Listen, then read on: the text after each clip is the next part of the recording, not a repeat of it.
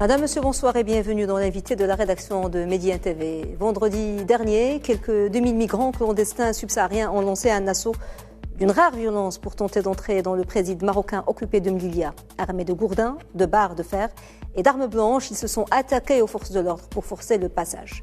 La tentative s'est soldée par un bilan lourd du côté des clandestins, 23 morts, et du côté des forces de l'ordre, 1 mort au moins et plus de 170 blessés à des degrés différents. Et pour revenir sur les tristes événements qui se sont déroulés au niveau du poste frontalier séparant la ville de Nador et celle de Melilla, et sur l'efficience de l'approche sécuritaire et la nécessité peut-être d'aborder la coopération migratoire autrement entre les pays du Sud et ceux de l'Union européenne, ainsi que la lutte contre les réseaux et les mafias de migration illégale, nous avons le plaisir de recevoir ce soir Driss Aissaoui, analyste politique et économique. Bonsoir Monsieur Aissaoui, merci beaucoup d'être avec nous. Merci à vous. Alors Monsieur Aissaoui, qu'est-ce qui a provoqué à votre avis cet assaut d'une violence inouïe, c'est du jamais vu?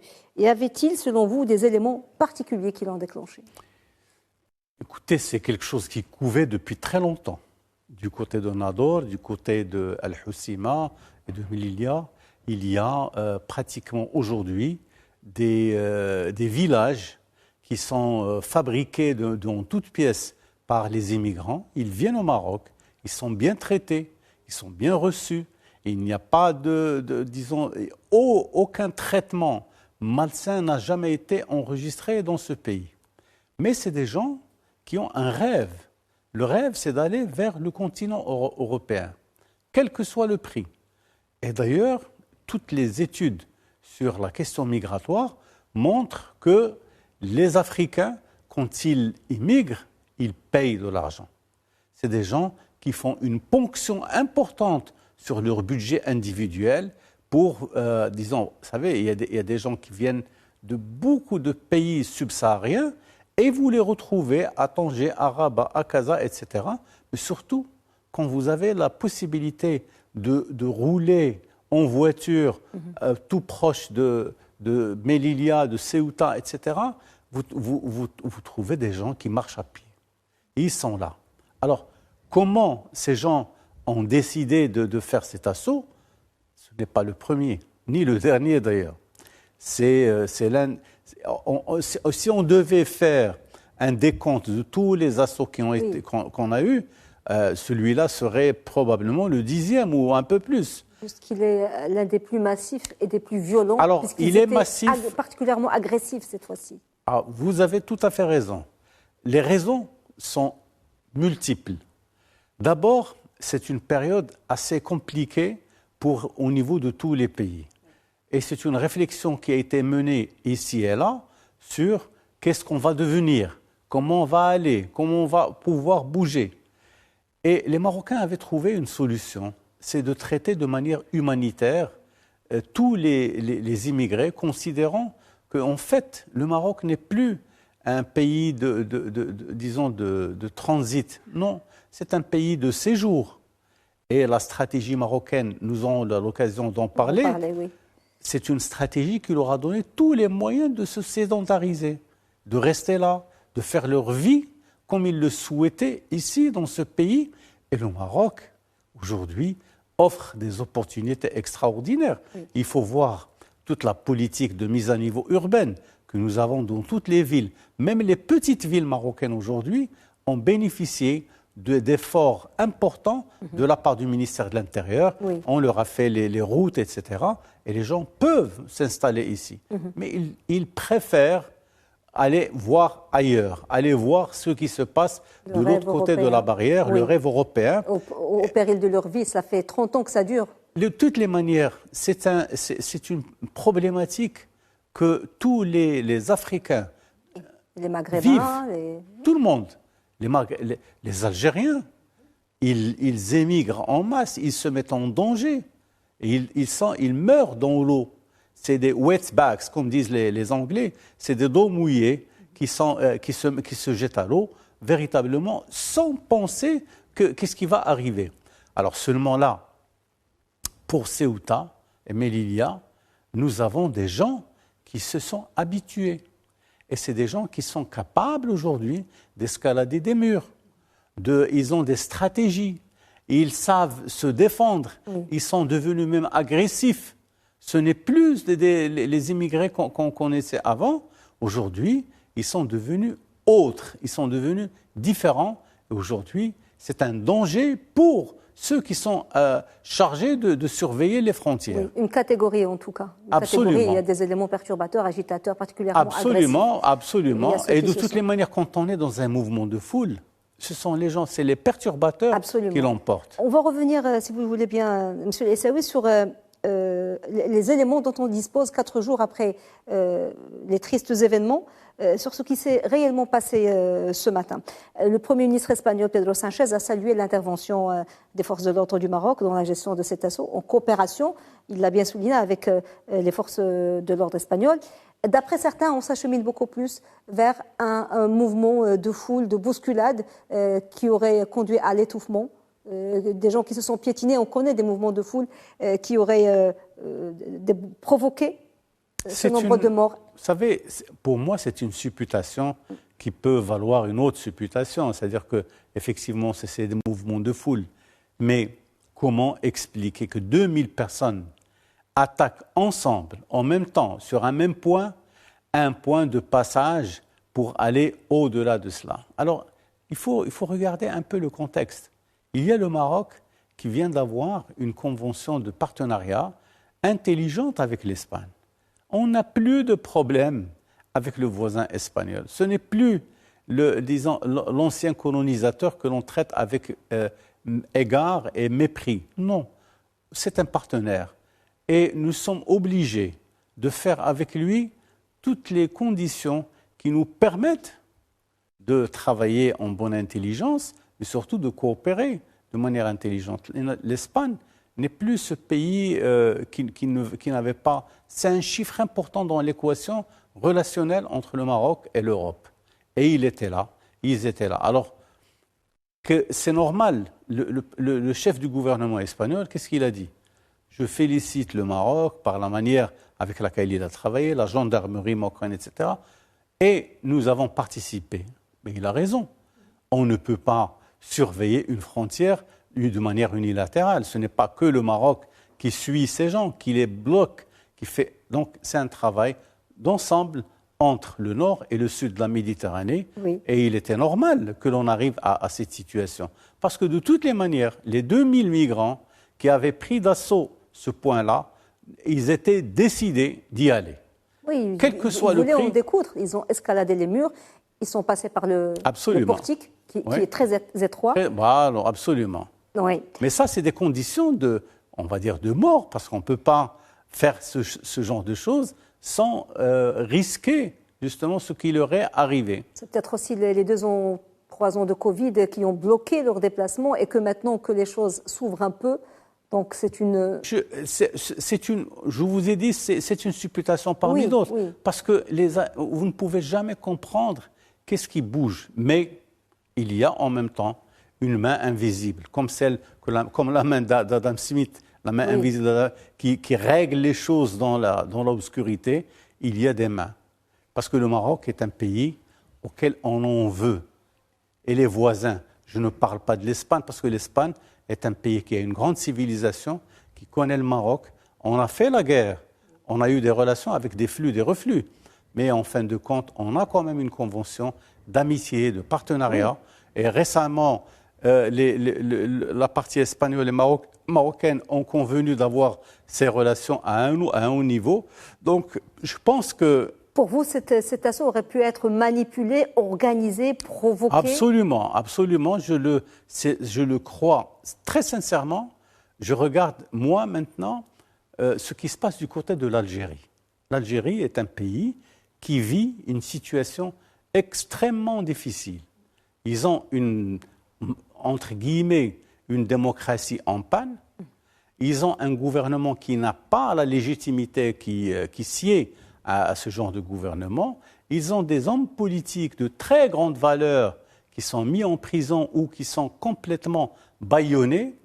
Et il leur fallait le Maroc. Le Maroc, pour eux, c'est le meilleur cadeau qu'on puisse donner, c'est de porter atteinte à la dignité et à la réputation du Maroc. Et on entend faire diversion de la crise interne. Non, de toutes les manières, c'est la meilleure manière. Les Algériens estiment que si le Maroc est maltraité, ça va bien pour eux. Et de toutes les manières, c'est un problème générique que l'on dresse à chaque fois qu'on a un problème en interne. On dit « Ah, ça c'est le Mararka, c'est les Marocains, ce sont eux qui l'ont fait, etc. » Et c'est trop facile. On justifie très facilement la crise interne par ce qui se passe ici. Les Jeux méditerranéens sont aujourd'hui une vraie catastrophe sur le plan d'organisation, sur des ratés, etc. Je ne veux même pas parler des journalistes marocains qui ont été refoulés, mais je parle de l'organisation en elle-même. Ce n'est pas les Jeux méditerranéens que d'autres pays ont abrités et ils les ont organisés avec beaucoup de fierté. Oui. Mais aujourd'hui, je suis sûr et certain, je n'ai pas la preuve, mais j'ai le sentiment que la main algérienne dans cette affaire n'est pas très loin de ce qui s'est passé. Oui. Alors, qu'est-ce qui explique selon vous ce retour de pression en masse des migrants clandestins sur la frontière de Melilla? Est-ce qu'on assiste à un déplacement des routes migratoires, peut-être avec le prix de la traversée en bateau depuis le sud qui devient très cher? Est-ce que ça expliquerait ça? C'est un facteur supplémentaire. Et pourquoi pas Ceuta? Ceuta, c'est un peu plus compliqué, sincèrement. Ceuta, parce que Ceuta, c'est une ville qui n'a pas le même accès, on n'a pas le même accès, on n'a pas la même facilité. Melilla, elle est juste à côté. On traverse à pied, on est dedans, on est sur le territoire marocain et ça ne pose aucun problème. D'autant plus que l'infrastructure d'organisation, de sédentarisation des Africains, elle est disponible. Bon, il y a les douars qui ont été organisés par les Africains eux-mêmes. Ils ont les moyens qu'il faut et ils ont la visibilité surtout. Et ils savent que le mouvement de balancier qu'ils avaient, ils attaquent une fois, ils reviennent, ils attaquent une fois. Et certains d'entre eux, au péril de leur vie, mais il y a certains qui réussissent à passer de l'autre côté et ils commencent à utiliser le téléphone avec le WhatsApp, etc., où ils montrent aux gens « Ah, nous sommes en Europe ». Et ils montrent un peu, ils sont fiers de montrer qu'ils ont réalisé le rêve qu'ils avaient depuis qu'ils étaient très jeunes. Mais ce MDA, ce n'est pas l'Europe. Pour eux, c'est déjà le début de l'Europe. Oui. Pour eux, c'est très important. Ils sont entre les mains des Espagnols et les Espagnols, de toutes les manières, ils n'oublieront pas que ce sont des gens qui respectent les droits de l'homme et ils trouveront un moyen de les acheminer ailleurs. Oui. Alors, avant-hier, c'est une réunion très, très importante en présence de responsables du ministère des Affaires étrangères et de l'Intérieur, avec les ambassadeurs des pays africains accrédités à Rabat. Quelle est l'importance de cette réunion dont on voit les images ici?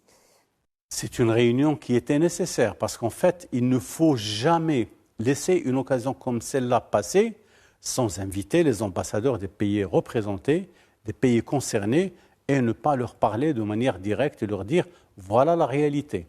Dans ce genre de réunion, les responsables marocains sont à même de présenter les preuves qui disculpent le Maroc, qui enlèvent toute la responsabilité qu'il y a sur ce qui s'est passé. Et les ambassadeurs qui étaient présents connaissent le Maroc parce qu'ils collaborent avec le Maroc dans plusieurs domaines. Et ils sont même eux-mêmes maîtres d'ouvrage d'un certain nombre de projets de partenariat.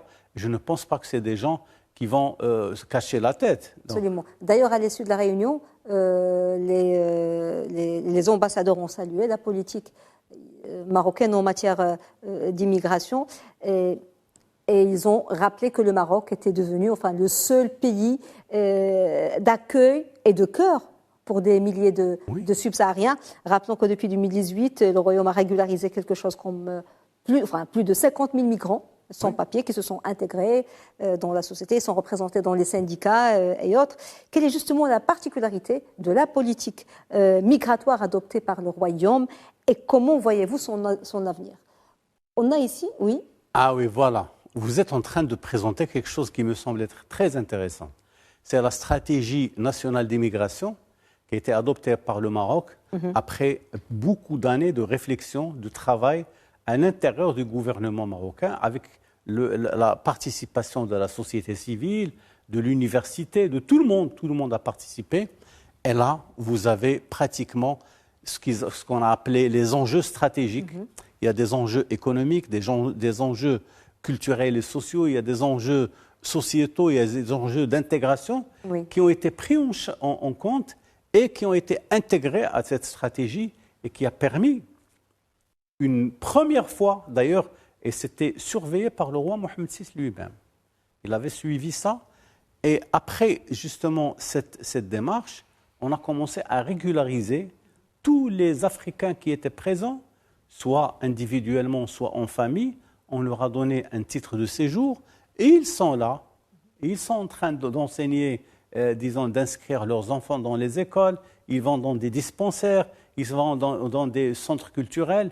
Et aujourd'hui, ils contribuent au développement socio-économique du Maroc. Ce ne sont pas des gens immigrés. Ils sont devenus membres à part entière de cette communauté marocaine. Et 50 000, ce n'est pas un chiffre simple. Regardez aussi, la stratégie d'intégration, elle est humaniste. Elle est humaniste pour toutes les raisons que l'on pourra... on a fait le diagnostic de la situation.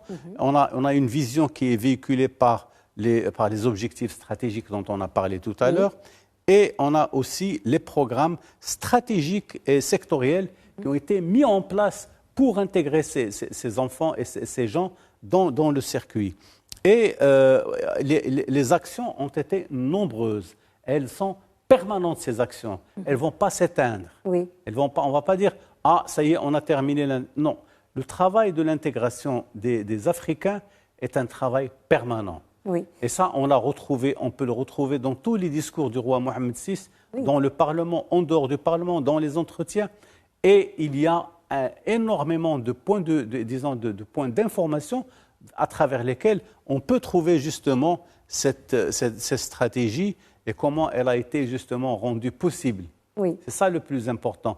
Elle a été rendue possible. Elle a été concrétisée. Ce n'est pas qu'une stratégie sur le papier. Et puis elle s'inscrit dans droite ligne dans la politique de coopération sud-sud, aller vers l'Afrique, qu'on adopte depuis une vingtaine d'années. De toutes les manières, le roi Mohammed VI a toujours dit aux Africains, écoutez, vous devez compter sur vous-même. Vous ne pouvez pas être toujours à la merci d'eux, au service d'eux.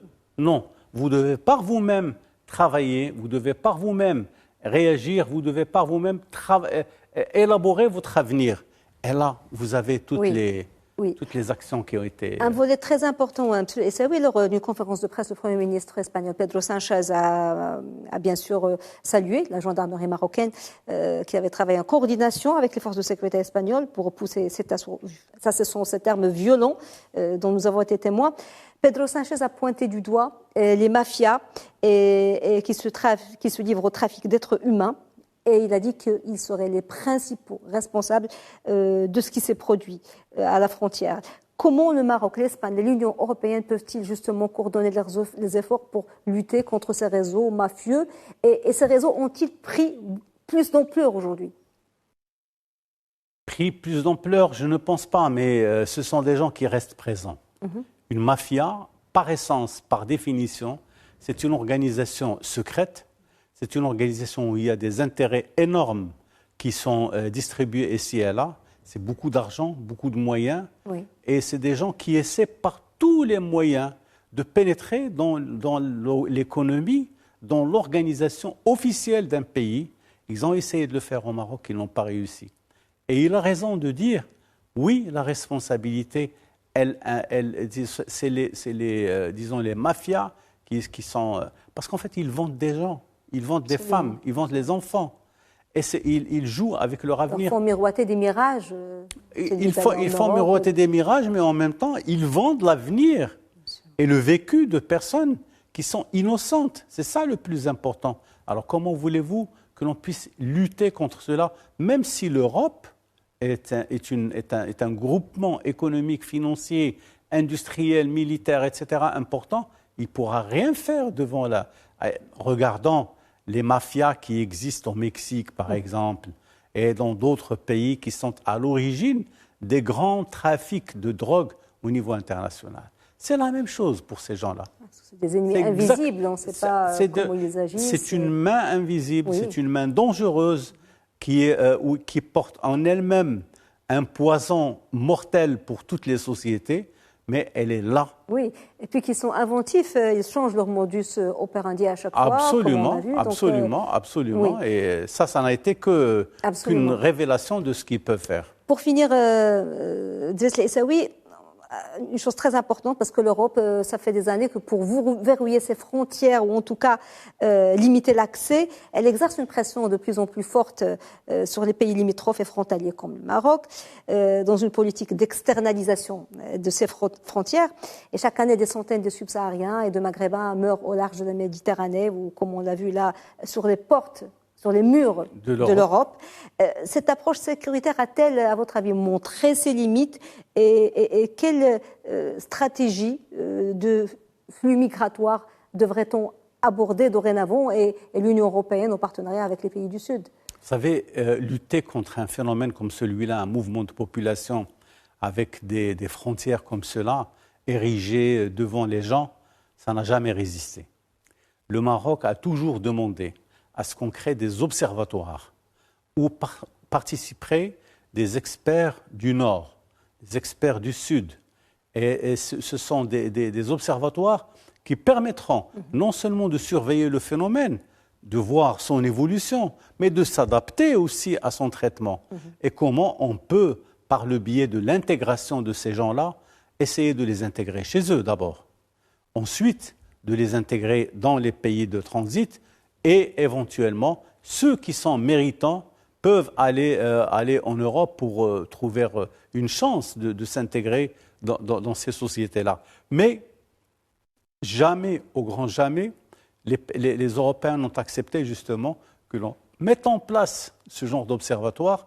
Et ça, c'est un choix qui va être obligatoire pendant un moment pour nous retrouver avec des polices de frontières différentes, intelligentes, qui vont travailler sur les stratégies, sur la vision, sur le sentiment, etc.